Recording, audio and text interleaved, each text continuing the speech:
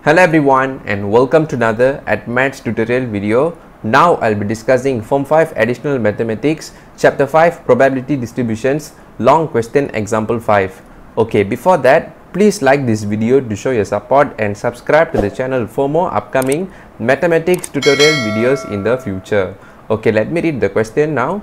The speeds of vehicles on a highway are normally distributed with a mean of 100 km per hour and a standard deviation of sigma km per hour. Continue to read the question part A. 30.85% of the vehicles observed have speeds greater than 105 km per hour. Find the value of sigma. For the question part B, using the value of sigma in A, calculate the probability that a vehicle chosen at random travels at a speed between 96 km per hour and 108 km per hour. So this is the overall question. So I hope that you will attempt this question in the future. If you could manage to solve this question, a big thumbs up to you guys. But if you can't solve this question, no worries. I'm going to show you the step-by-step working and the solutions. So without further delay, let us start to solve the question. This question part A is similar to what we have discussed in the example 4. The only difference is instead of finding the x variable, we are now required to find the value of standard deviation. In this case is sigma. Okay, so the first step what we need to do is we need to change this 30.85 from percentage into a decimal form. Okay, so from here what we need to do is 30.85 you divide with 100, okay, in order to eliminate the percentage form. So from here you should get your probability value is 0.3085. Okay, so this 0.3085 you should be getting the values from the Z table. Okay, but then now it's appearing in the first step itself because this question is now moving towards in the reverse direction. Okay, so I hope you're able to catch up with me. So for the next step, what we're going to do is I'm going to show you the sketch of the bell curve now. Okay, allow me to show you the sketch. Okay, so this is the second step guys of what you need to do. So you need to sketch the bell curve. Okay, and the area under the graph is the probability guys. Okay, in this case is 0.3085. so from here, since it's shaded in the right side of the region, okay, so from here probability Z more than K. By the way, this K I just assign as a variable guys. You can assign any letters you want, it is up to you.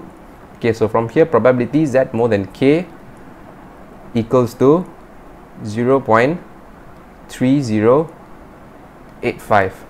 okay, so why it's shaded at the right side of the region? Because it mentioned here that the speed is greater than 105 km per hour. Okay, this 105 km per hour we have converted into the Z variable, which is K. Okay, what is the exact value of K? We don't know yet. That is the one we're going to find now. So in order to find the K value, what we're going to do is we're going to refer to the Z table now. So let me open the Z table now. Okay, so this is the Z table. So from here what you're going to do, we're going to look down in the table and search for the value 0.3085. So as you can see here, this is the value 0.3085. Okay, let me circle over here. So this 0.3085 correspond to the value 0.50. Okay, so your Z value will be 0.50. Okay, so from here let us close the Z table and continue our working. So from the Z table,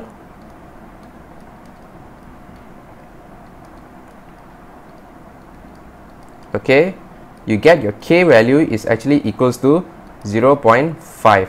okay, so let me underline this.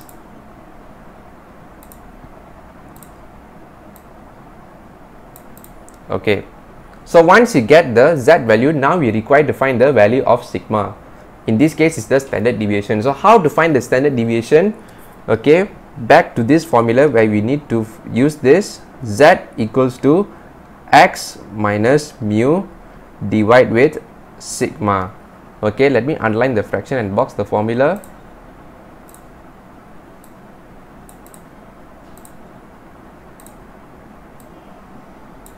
Okay, The z value we've already find here, which is 0.5. Okay, the x variable in this case is 105 km per hour. Okay, your mean value is 100 km per hour. Okay, the sigma value we don't know yet, that is the one you're going to find now. Okay, let me underline the fraction.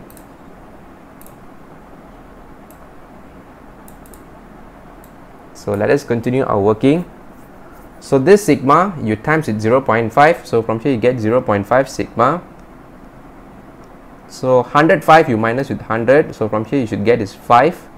0.5 sigma is equal to 5, so from here you get your sigma value is equals to 10 km per hour. So this is your answer, guys, for the question part A, where you get the standard deviation is equals to 10 km per hour. Okay, let me underline the solution. Okay, let us continue our discussion for the question part B now. For the question part B, we are required to calculate the probability that a vehicle chosen at random travels at a speed between 96 km per hour and 108 km per hour. So we are still discussing the same question, given that the mean and the standard deviation is the same, okay, where we have already calculated our standard deviation is 10 km per hour. So our first step is technically clear now. So from here, the second step, what we need to do is we need to calculate the z value according to the given x values. Yes guys, as you can see here, you have given here two x value. The first x value is 96 km per hour and the second x value is the 108 km per hour. Okay, so from here our first step will be calculating two z values. Okay, let us calculate them. So from here, z1 will be equals to 96 minus 100 divided with 10. Okay, we are still using the formula z equals to x minus mu over sigma, just for your information. Okay, let me underline the fraction over here. Okay, you calculate this, you should get your z1 is equals to negative 0.4. Let me underline this.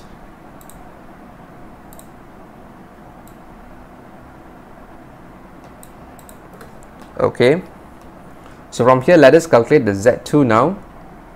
So from here your z2 is equals to 108 minus with 100, you divide with 10. Let me underline the fraction. So you calculate this, you should get your z2 is equals to 0.8. So let me underline this.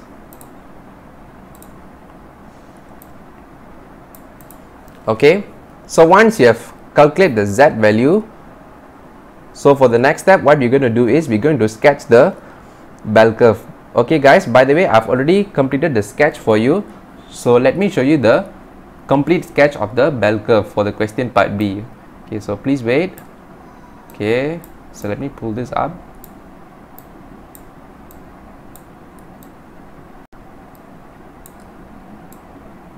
Okay, as you can see here, this is the area of the shaded region between negative 0.4 and 0.8. Okay, we are required to find the probability between negative 0.4 and 0.8. So from here, your calculation will be probability in a bracket negative 0.4 less than z less than 0.8 close bracket. Okay, so in order to find the area of the shaded region, which in this case this probability, so what you're going to do is 1 you minus with the probability where your z less than negative 0.4, which over this part. Okay, why 1 over here? Because the total area under the graph is actually equal to 1, guys. Okay, just want to let you know in case if you forget. Okay, continue our working. Minus with the probability z more than 0.8. Okay, so this step is very important, guys. If you get even one step wrong, the whole working will be wrong. So please be careful. Okay, so once you get this step, so from here we're going to continue for the next step. So for the next step, what you're going to do is we're going to change these two values into the upper trail value. Regardless of positive or negative value, everything will be changed into positive. Okay, why change to positive? Because in the Z table only the positive values are available, which is the upper trail value. Okay, so from here 1 you minus with the Q 0.4 minus with Q 0.8. Okay, so from here, in order to find the upper trail value for 0.4 and 0.8 respectively, let us open the Z table. Okay, so this is the Z table. So from here, okay, so this is the 0.4. Okay, the respective upper trail value for 0.4 is 0.3446. okay, so let me circle this. Okay, so the next upper trail value that we are required to find is 0.8. okay, let me circle this also. Okay, 0.8. so the respective value for 0.8 is 0.2119. okay, so let me circle this. Okay, so what we're going to do is we're going to use these two values into our calculation. Okay, back to our main discussion. So let me close this Z table. Okay, so from here 1 you minus with 0.3446 minus with 0.2119. okay, you calculate this, you should get your final answer is equals to 0.44 please wait guys, 4435. okay, so this is your answer for the question part B. Okay, let me underline the solution. Okay, so that is all for the step-by-step working and solution for this question. I hope you understand the full working that I've shown to you. If you like this video, please give it a thumbs up. If you haven't subscribed to the channel, please subscribe to the channel and hit the bell icon for more upcoming mathematics tutorial videos in the future, and not to forget to share this video. Any comments, feedbacks or questions, feel free to put down in the comment section. Thank you everyone for your support, and I will see you in the next video.